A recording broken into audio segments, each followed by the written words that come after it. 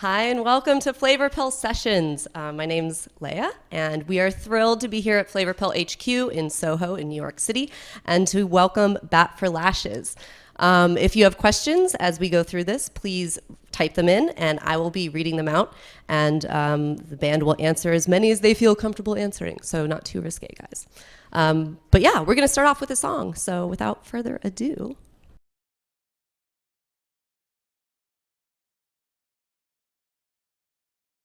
Yay, question time. Okay, Mia wants to know what song in The Haunted Man is closest to your heart. Oh goodness. I started off with all the easy ones. Yeah. So. I go through different ones, but I think it's probably like a mixture of Lily's and Marilyn. I think Lily's because it was the first one I wrote, and there's a whole bit in it that says "Thank God I'm alive," and it was because I got some inspiration at last and started the record with that. And then Marilyn, just because it's quite romantic and makes me feel mushy, which is nice. Nice. Also from The Haunting Man, Ariel asks, she says she loves the new song Daphne from the album and wants to know the meaning there. Well, Daphne was a song that didn't make it on the record, like the final cut, but it's come out as kind of an extra.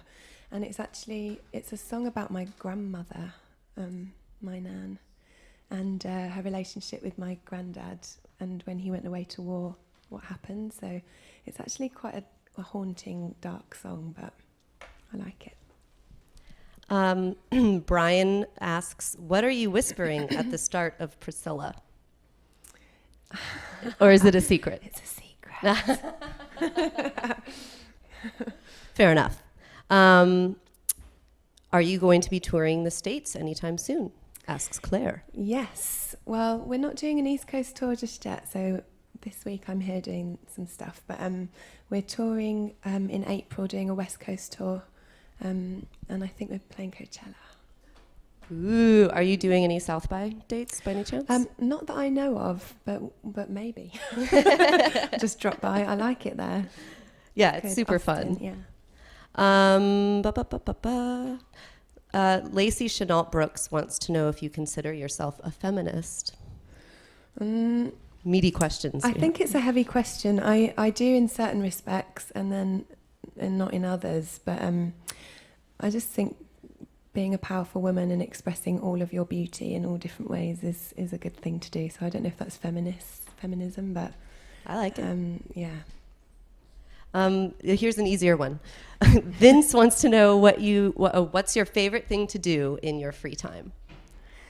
Oh goodness. At the moment it's pottering about in my new house, because I just got a little house, and buying blankets and linen.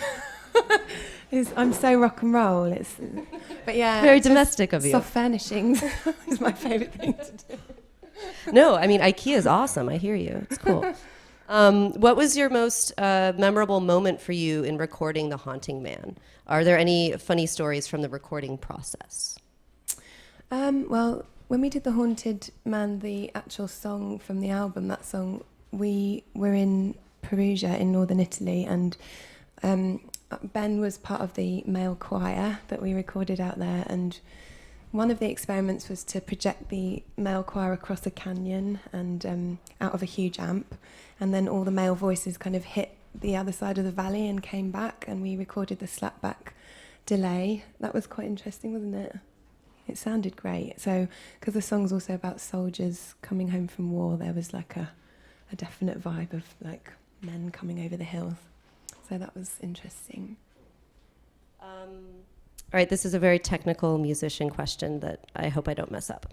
John Clark asks, do you use the Yamaha QY70 or QY100 or both? Well, I started off with the QY70, which has great sounds. Basically, it's like a sequencer with, it has 8 tracks in it and thousands of sounds, and I use it all the time. I wrote Daniel on it, and All Your Gold we just played, I wrote on that, and you can do beats and bass lines and strings, whatever you want. So the QI70 was an older version, and he's very into his QIs, obviously, because the QI100 is the modern one, which I don't like the sounds as much, but I do use both. So that's the answer. All right. The geeky answer. And one more in the same vein, Pete Delaney asks, what is the make/model of your digital auto field recorder? He has a Zoom H2, but is thinking of replacing it. We use one with the speakers that go like that, but I can't remember which one it is. Do you know? I think it's a Yamaha as well. Yeah, I don't know. I'm so sorry. But the Yamaha, I think we've got a Yamaha field recorder, and it's really good. It picks up whatever is around. Well, there you go, Pete. Sorry, Pete. I'm not nerdy enough for you. Okay, let's do a couple more, and then we'll do a song. Yeah. Okay. Leanne asks, who are some people who you have gotten starstruck around? I think very early on we played a show in London when it was just on the first record, and Bjork came to the show, and she came backstage afterwards to say hello, and for me that was like, I was so starstruck, I can't even say it, and so I just tried to be really cool and just be like, yeah, you're my friend, Bjork's here, it's fine, it's totally fine. And I just ended up saying something really weird, and we had this really awkward interaction, but I was amazed. Aren't most interactions with Bjork a little awkward, though? I don't know. She seemed really sweet, but I was just, I was overwhelmed. But I don't think really anyone else yet. Yet. All right. And then Carl asks, what is your favorite song to play live? Oh my goodness. I suppose, oh gosh, I don't know. Well, we've been really enjoying the new tour, and I think all of the songs have really grown from how they are on the album. They're much more bombastic and like dramatic, and there's one of the songs where I hold up like an old transistor radio, and there's a choral part comes through it. That's quite theatrical. But I enjoy playing all of them live, and it changes every night depending on how your night's been, what the audience are like, and Daniel's always good at the end because everybody dances and hugs each other, and it's lovely. So, but yeah, it changes. Cool. All right. Let you play another. Okay.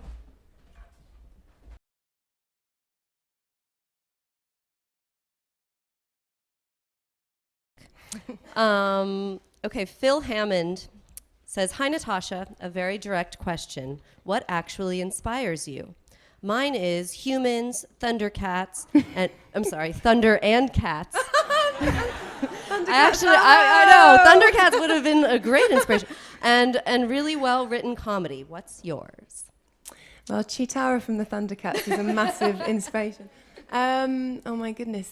I think mostly I'd say it's visual stuff, so films, and I love films and photographers, and I like reading books, I like studying and getting obsessed with things. So, and yeah, whenever I'm making an album, I'll keep a sketchbook of stuff and just draw things and find imagery, and I don't know, it's just like do you tend to have world. So you don't tend to have, like, say, a very narrow focus when you're gathering inspiration for a new album or a new song, or is it like wide open? I think initially it starts big, and I just chuck everything in my book, and then as you go through the books you notice that they start to gel down into something. And I think each album for me is has a landscape, or is a place with people and different landscapes and things that make sense to it. So my inspiration at any given time is that album's landscape and the place it's set, I suppose. Leanne asks, would you ever consider releasing an album with just B-sides and covers? I've definitely thought about that, because for this album alone I think I wrote like 50 songs, and wow. There's so many bits and bobs that are sitting waiting for the light of day, and I think over 3 albums there's probably enough to put something out. And also it's really funny listening to the demos compared to the final thing, because so much work goes in. It's like a sketch compared to the oil painting or something, and I think that's can be interesting as well. Totally. Todd asks, what is your favorite song to cover, or songs?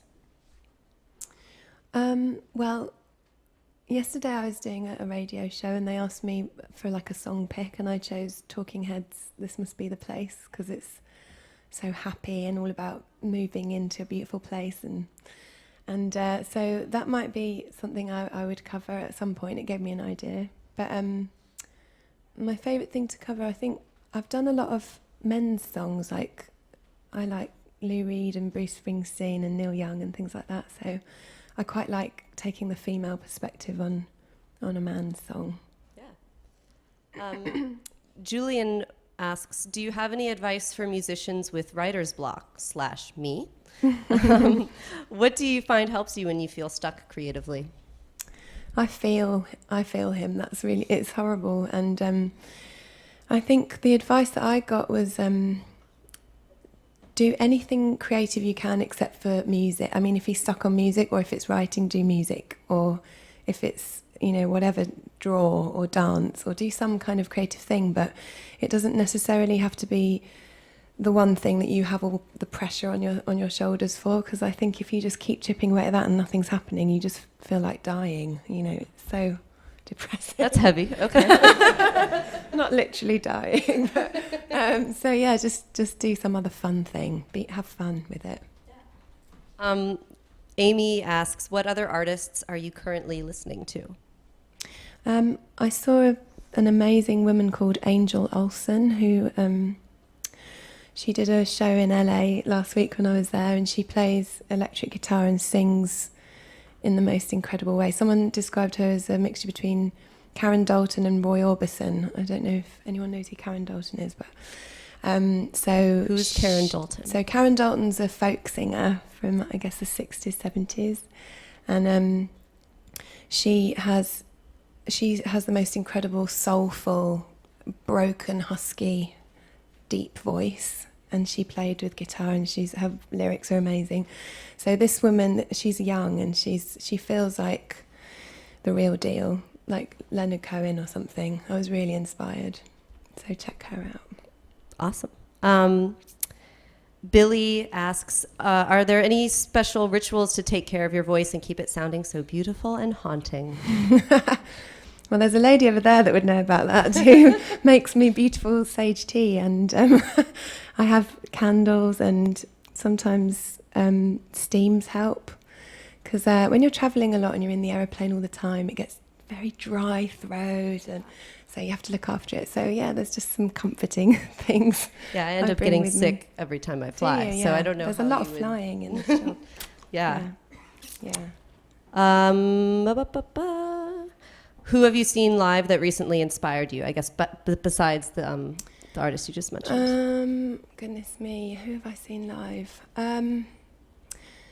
I saw. Well, it's difficult because I've been working so much, but over the summer we did some tours with M83, and I thought they were amazing. They had a really good light show, and it was very dramatic entrance, like all the lasers and stuff. That was good. And then who else? There's a British band called Racehorses who supported us on tour, and the lead singer likes wearing velvet catsuits, so I was a bit jealous of his velvet catsuits and dungarees and stuff, white dungarees with nothing underneath, which was quite sexy, actually. So apart from his outfit, the music was great as well. So yeah, the Racehorses were good as well. Cool. Bort asks, what's your favourite spot in Brighton? It's definitely the sea, and I really miss it because I used to live, when I came out my door you could see it every day, and it's really good to go down in a storm when it's really windy and just scream at the sea. We sometimes go and do that, me and my friend. And so I miss that, and there's some great restaurants and vinyl shops and vintage shops there too. Okay, 2 Radiohead questions. Alejandro asks, how was your experience as a support artist for Radiohead, and do you have an anecdote from that? The experience was, I was just thinking of a funny anecdote. I don't know if I should say, but I will. So, But the actual tour itself was one of the best 3 weeks of my, the best 3 weeks of my musical life, because they were doing the In Rainbows tour, and we were doing it around all the most incredible amphitheatres and beautiful places in Europe. And I just, every night we'd go up, stand on the side with a beer after we'd finished playing, and just watch them play for 2 hours every night, all different songs, and cry every day. It was great. My anecdote was that I saw Tom York walking down the hallway when he was about to go on, and I was like, "Oh, I really love your pyjama bottoms. They're so cool. Like, you must be really comfortable." And he was like, "These are my red jeans that I'm wearing on stage tonight." I was like, "Oh, sorry. Your jeans are really cool. It looks great." Related, not to pajama bottoms, but to Tom York. Brian Carpenter asks if Radiohead or Tom York has ever asked you to collaborate, and if not, then who would be your dream to collaborate with? I haven't been asked to collaborate with, for shame, unfortunately. Who would be my dream? Oh, I have no idea at the moment. I think one of my dreams was Scott Walker, and I got to do that, so that was amazing. And then on my first album, Josh T. Pearson, because I loved his record so much. So I think with each one, if there's someone that's particularly apt for that record, it just pops into my mind. I wouldn't mind singing with Robert Smith one day, because I think his voice is amazing, and that would be really good. Cool. All right, well, let's hear another song. Okay, all right, we're cool. just going to move some stuff around.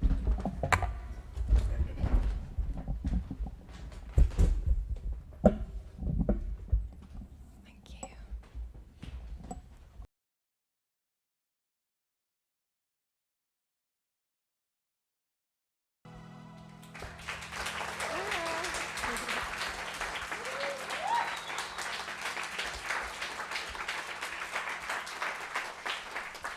Could I ask for a tiny bit less reverb on my vocal? Just a little touch less. Thank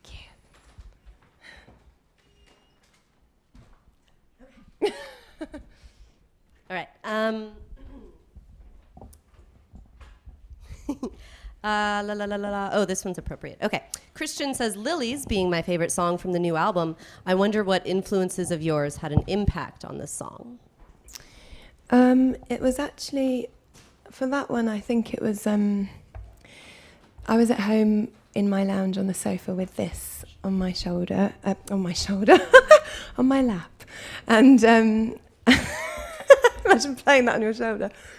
But anyway, and I was watching a film called Ryan's Daughter, which is like an old 70s, I think it's Peter Lean, or maybe it's David Lean, I get confused. He's an English director, and he'd made this film set in Ireland on the coast. And it's a very kind of romantic story of a woman who has an affair with a soldier that's come back from war. And I watched the film, and there's a bit where she runs outside and all these lilies are swaying really fast in the wind, and all the pollen hits her skirts. And she's looking up at the hill, and she sees the shadow of the man she loves. And it's this triumphant moment. So I kind of put the mute button on, and I just wrote lilies there. In about 20 minutes, it just came out, and got my little notepad, and it was just with that in the background, and it just happened. It was inspiring. So films in general, do you find a lot of inspiration from them? I do, yeah. I really do. I think at university I studied film with music, and music with visual art. So I made a lot of films, and I did photography and lots of drawing. And I think when I was little, I always thought I'd be a painter. I didn't realise I was going to do music, so it makes sense, yeah. That's actually the next question. So if you weren't a musician, what kind of occupation or career do you envision yourself having? Well, I'd love to be a really good painter. I think that would be a great life. It's a life of struggle, but it's a good good artist's life to live, I think. Live in Paris somewhere, painting. I was a nursery school teacher for 3 years, and I loved that job. So I got my qualification in that, so I could definitely go back and hang out with the kids some more, because I love them so much. They're so cute and inspiring as well. They're funny. Corey asks, what do you miss most about home when you're on the road? I miss my bed and I miss cups of English tea with milk that you can't get in Europe. I miss my friends and family and just having time and space. It's very busy and there's lots of people all the time and it's great, but I think naturally I'm quite shy or introverted sometimes, and so I miss that a bit. And that relates to the next question. Do you ever get stage fright? Yes. Before a show is always the worst, and well, I don't realise it, but I think I just go quite quiet because you have to kind of gather all your energy together, and then you go out and expend a lot of energy, and you're communicating to lots of people, and they're communicating with you.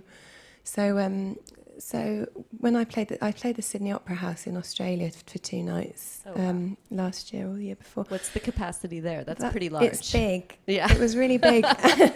And we did a full show, and then we had a section with just a string quartet and me singing with them in front of all these people, and I was wearing a proper gown, and it was so like smart and everything. So that for me was really scary because that's a special place to play. Yeah. So do you prefer intimate shows or the big festivals or huge venues? I like all of them for different reasons. Intimate things like this are nerve-wracking because you can see everyone's faces, but then it becomes quite cosy and nice if it's going all right. Do you think it's going all right? I hope so. Yeah. I think it is too. Okay, it's okay.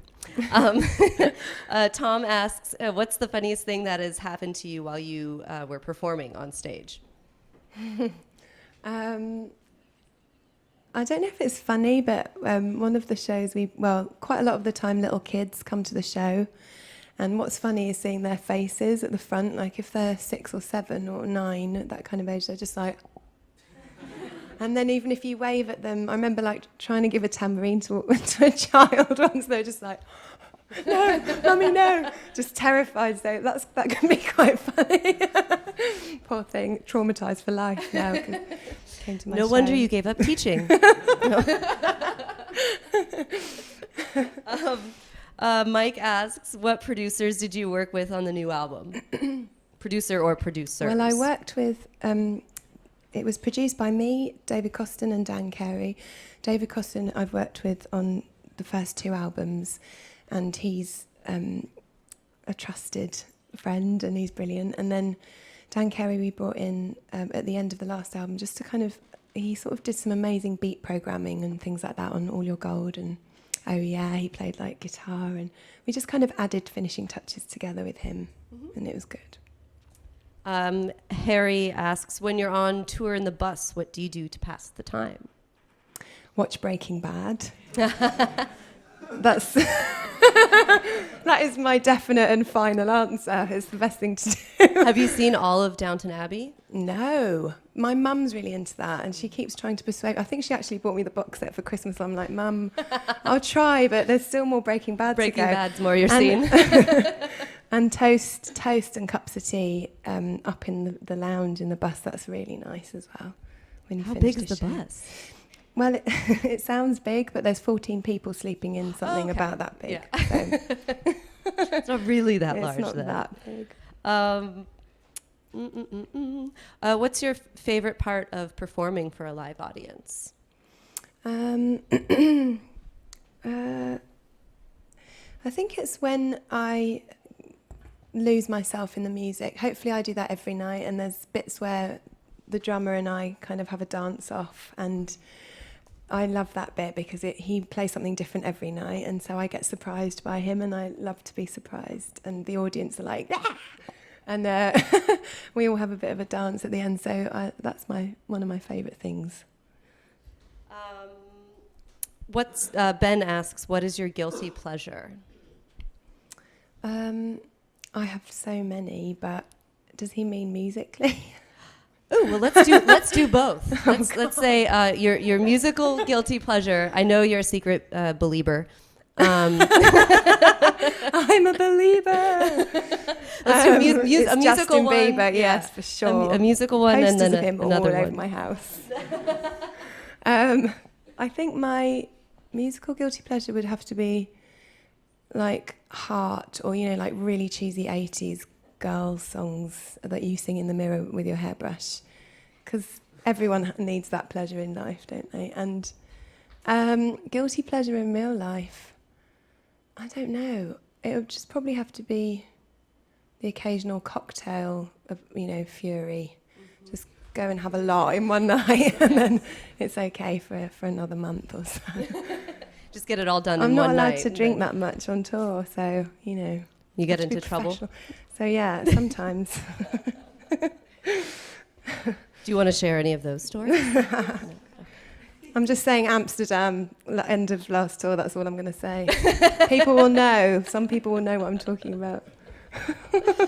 Okay, something much more PG rated. Florence asks, what is your favorite kind of pie?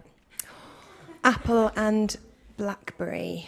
Combined pie. or Combined separate? with cold cream. Yes.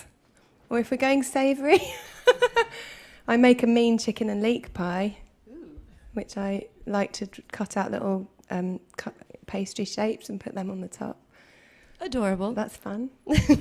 My domestic side. Yeah, exactly. Pete says, I read somewhere that Fur and Gold was going to be made into a film or a musical production. Is there any truth in this? And if so, how's the project going? We were approached by a film, like a production company in LA, to make a musical of Fur and Gold, which I was really excited about because it sounded like a children's musical, a bit like Neverending Story. We sort of had that concept. But unfortunately, films cost about $8 million to make, or I don't know how much it is. But try 80 probably. Yeah, a lot. And I think Fur and Gold wasn't number one in America for 20 weeks, unfortunately. But so it's just been kind of shelved. But at some point, I should make a psychedelic children's film of all the albums combined. Totally. I think. Yeah. Yes. Andrew says, I read somewhere, more hearsay, but we'll go with it, that Daniel was inspired by Ralph Macchio's character in The Karate Kid. Is that true? Well, it is true.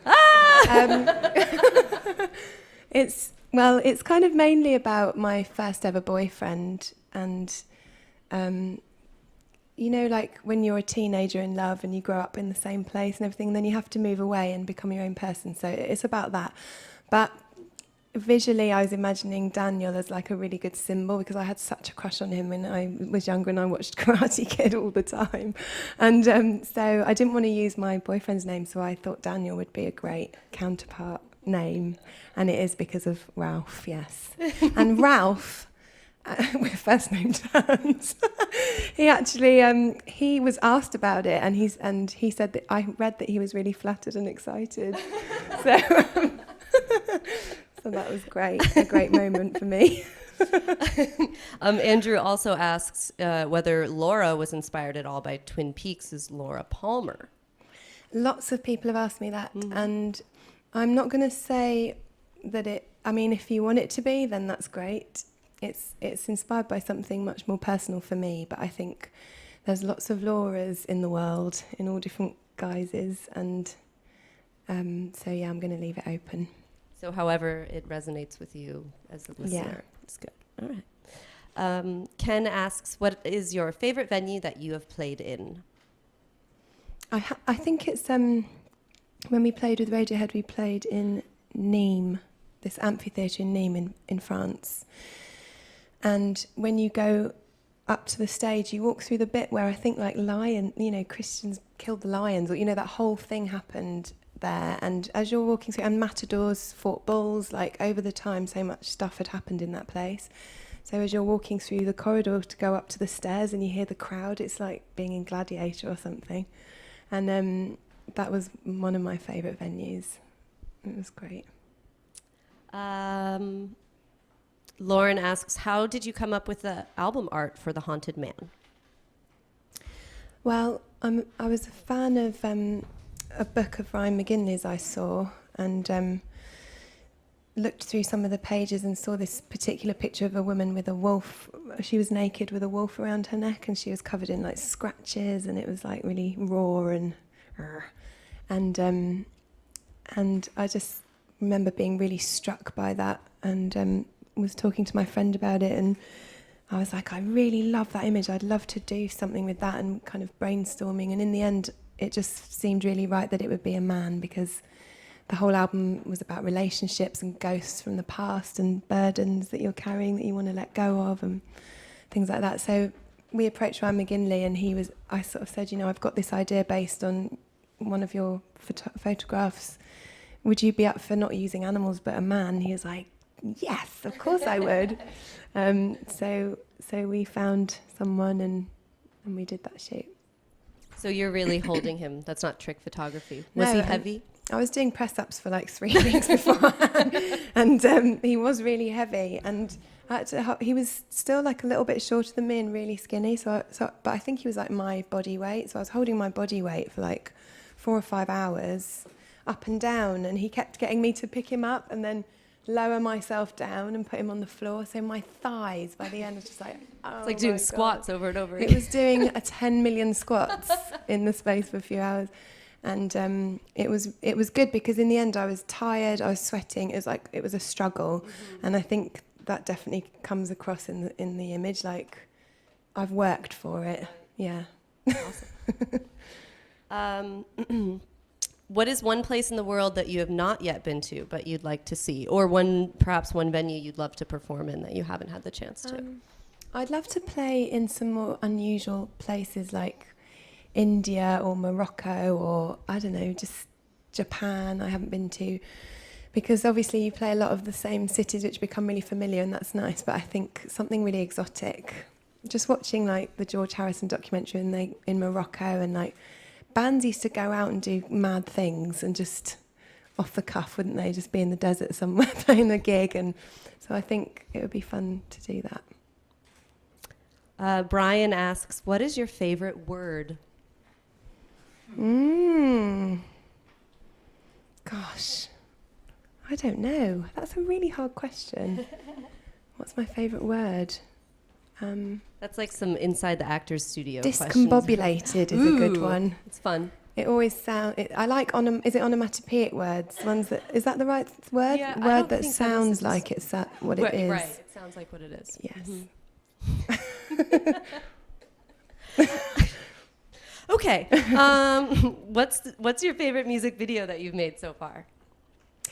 I have a soft spot for the What's a Girl to Do video with the bikes, just because it was the first video I did that felt like I was in my own brain, and I just remember being in it, and just I'd been drawing like people with animal heads and antlers and stuff, and I'd been drawing forests and trees, and there were Halloween kids, there was cars on fire, and I felt like I was in a David Lynch film, but like for real.